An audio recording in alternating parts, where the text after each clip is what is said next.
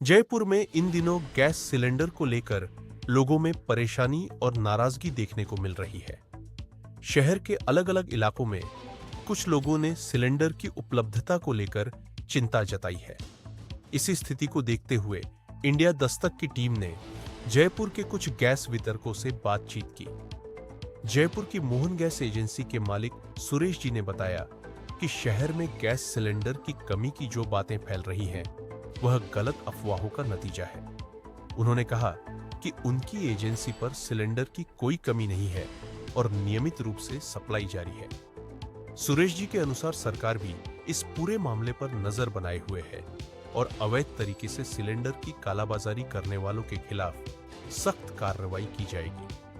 हालांकि जयपुर के कुछ इलाकों में स्थिति सामान्य नजर आई, जबकि कुछ जगहों पर लोगों में चिंता भी दिखाई दी। एजेंसी संचालकों का कहना है कि आम जनता को घबराने की जरूरत नहीं है और गैस सप्लाई पूरी तरह सामान्य है। क्या 80 का दशक वापस लौट के आने वाला है? ये बात हम इसलिए कह रहे हैं क्योंकि पुराने जमाने में 80 के दशक की बात करें, 80 से 90 के दशक में जिस तरीके से लकड़ी के ऊपर जो चूल्हे के द्वारा रोटी बनाई जाती थी, घर का खाना बनाया जाता था, शायद वो दौर वापस लौट सकता है। वो इसलिए कह रहे हैं कि देश के अंदर एक अलग ही मैसेज सर्कुलेट हो रहा है, जिसमें कहा जा रहा है कि गैस की जो एजेंसियां हैं गैस नहीं दे रही हैं या गैस की किल्लत आ रही है। देश में अलग ही माहौल खड़ा हो चुका है। कहीं डर का माहौल है तो कहीं खुशी का माहौल है। आखिर हम एक ऐसी ही गैस एजेंसी के ओनर से पहुंचे हैं मिलने के लिए, उनसे पूछेंगे आखिर ऐसा हो क्यों रहा है। ये गैस मोहन गैस एजेंसी के नाम से चलती है, ये एक बड़ी सप्लाई है इनकी, क्योंकि इस चीज पूरी कंडीशन को शायद इनसे बेहतर कोई नहीं समझ पाएगा। क्या लग रहा है भाई साहब, ये पूरी जो अफवाह आज गैस सिलेंडरों की किल्लत को लेकर आपने भी सुना होगा, क्या वजह है, ये हो रहा है या नहीं? देखिए, ऐसा है कि जो अभी 2-3 देशों के बीच में जो वार चल रहा है, तो लोगों को पता नहीं क्यों ऐसा लग रहा है कि गैस मिलेगी या नहीं मिलेगी, जबकि ऐसा कुछ नहीं है। उपभोक्ता भी हमारे उतने ही हैं जितने पहले थे। सप्लाई भी बराबर प्लान से हमारे जो है अधिकारियों के द्वारा पूरा अधिकारी वाच कर रहे हैं, सब कुछ है, और सप्लाई भी बराबर वैसे ही आ रही जैसे रोज आ रही थी। पर सिर्फ लोगों के मन में, उपभोक्ताओं के मन में एक डर हो गया कि पता नहीं ये जो चल रहा है, जो वार वाला जो चल रहा है, तो पता नहीं गैस मिलेगी कि नहीं मिलेगी।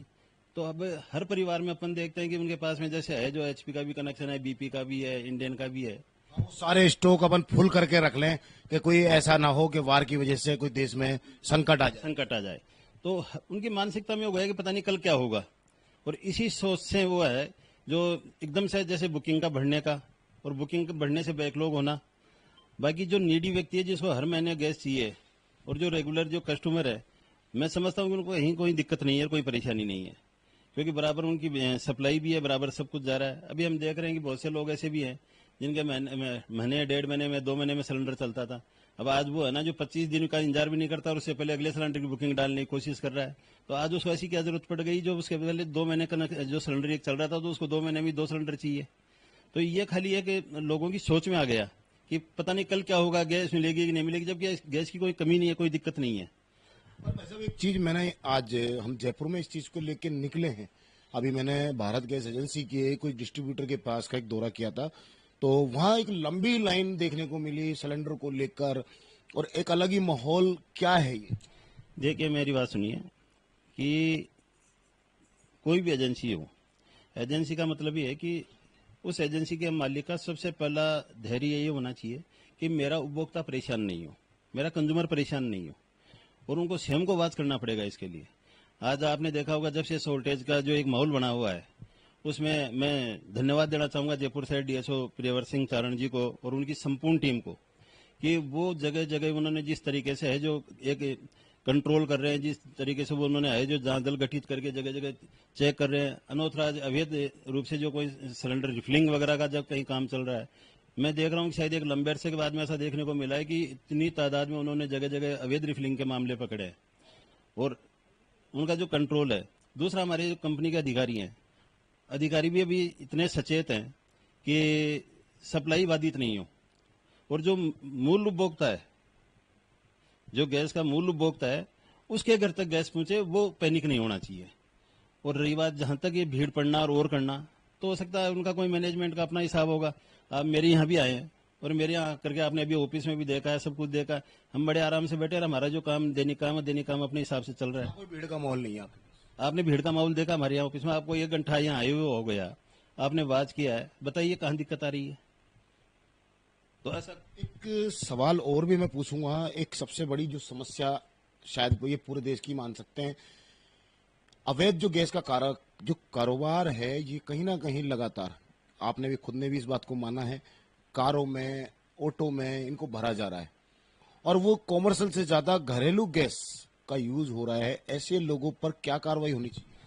देखो, इसमें जो है सरकार जो है इसको बड़ा गहराई से इसको संज्ञान में ले रखा है।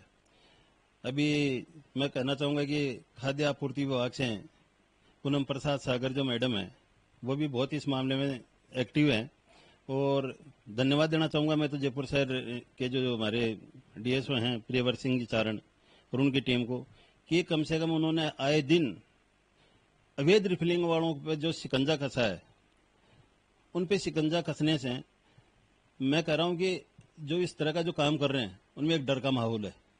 और आपने देखा होगा कि आजकल है ना, जो जब से प्रियवर सिंह चारण जी का नाम सुनते ही वो जो लोग है ना अपने बगले ताक करके इधर उधर भगते हैं, तो इसका मतलब जो खौफ जो डर एक प्रशासन का होना चाहिए वो देखने को मिल रहा है। इसमें शायद आप नहीं हो या आपका कोई कर्मचारी हो, अन्य एजेंसियां हो, कहीं ना कहीं जब तक सप्लाई जाएगी नहीं वो सिलेंडर उनके पास पहुंचेगा नहीं।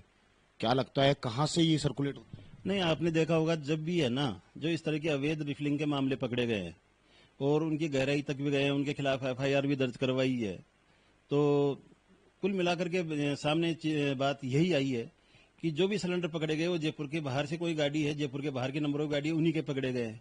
तो ये अपन मान के चलते हैं कि जयपुर से बाहर का जो कोई इलाका है जहाँ पे सिलेंडरों की या तो बिक्री कम हो रही होगी या और कोई कारण रहा होगा, तो अवैध रिफिलिंग का है जो कारोबार। क्योंकि जयपुर सिटी में तो जो डीलर है वो ऐसे है कि साहब उनके पास में जितनी सप्लाई डेली आ रही है उतनी सप्लाई रोज लग रही है, तो कंपनियों का भी ऊपर से पूरा है जो वाच करते हैं कंपनी। आजकल तो ऑनलाइन सिस्टम है, सब बैठे बैठे अधिकारी देखते हैं कि इनकी रेगुलर सप्लाई क्या है, रेगुलर सप्लाई में कहीं टूटा तो नहीं है, कहीं और कुछ तो नहीं है। तो वो तो जो रेगुलर सप्लाई चल रही है वो चल रही है, तो उसमें तो कोई मतलब ही नहीं है। और आजकल इन्होंने जो अवैध रिफिलिंग के मामले में जो भी डीएसओ साहब ने जो भी पकड़े हैं, जहां भी पकड़े वो एफआईआर भी दर्ज करवाते हैं, तो एफआईआर दर्ज करवाते तो इन्वेस्टिगेशन में वो चीजें सामने भी आती है कि कहाँ की सप्लाई थी, कहाँ से आई, किसने दी, तो वो सब चीजें सामने आ जाती है। क्या मैसेज देना चाहोगे ऐसे लोगों को जो एक अलग ही माहौल बनाने में लगे?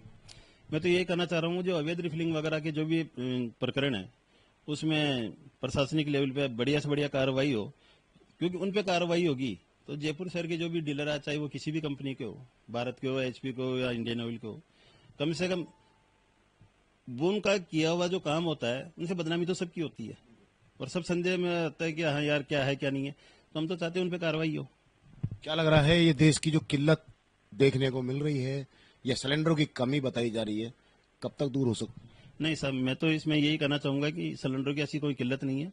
हाँ, कॉमर्शियल सिलेंडरों की सप्लाई बंद है, जैसे छोटे मोटे दुकानदार हैं, खोमचे वाले हैं, जैसे कि अपना रोजमर्रा का जो काम करते हैं, बेचारे वो जरूर दुखी हैं। क्योंकि जो अपन देखते हैं चौपाटी पे जो ठेले वगैरह लगा करके रखते हैं, आज विद्यानगर में देखते हैं जहाँ तकरीबन 60-70 ठेले लग रहे थे वहां पर 10 ठेले नजर आ रहे हैं। तो उनका जो जीवन, जो एक परिवार जो जिसके पीछे चल रहा था, तो कॉमर्शियल सिलेंडर के बारे में सरकार को सोचना चाहिए और उसके बारे में थोड़ा इस तरीके का कोटा फिक्स कर देना चाहिए, व्यापार तबके को परेशानी, आम व्यक्ति को परेशानी नहीं हो। ये हमारे साथ मोहन गैस एजेंसी के ओनर हैं और आगे हम आपको कुछ वीडियो और दिखाने जा रहे हैं। हमारे साथ लगातार ऐसी जागरूक खबरों पर बने रहिए। कुछ वीडियो दिखा रहा हूं आपको, वो देखिए।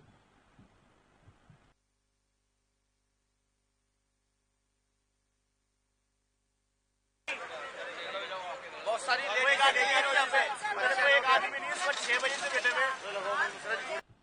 ये वीडियो आपने देखी किस तरीके से कालाबाजारी जो कुछ लोग कर रहे हैं और उसकी वजह से पूरी एजेंसियां बदनाम हो जाती हैं। लगातार सरकार कहीं ना कहीं सख्ती के रूप में तो नजर आ रही है, पर शायद कहीं ना कहीं फिर भी कोई मिली भगत का अंदेशा जरूर है। कैमरामैन घनश्याम मिश्रा के साथ मोहम्मद नफीस, जयपुर से।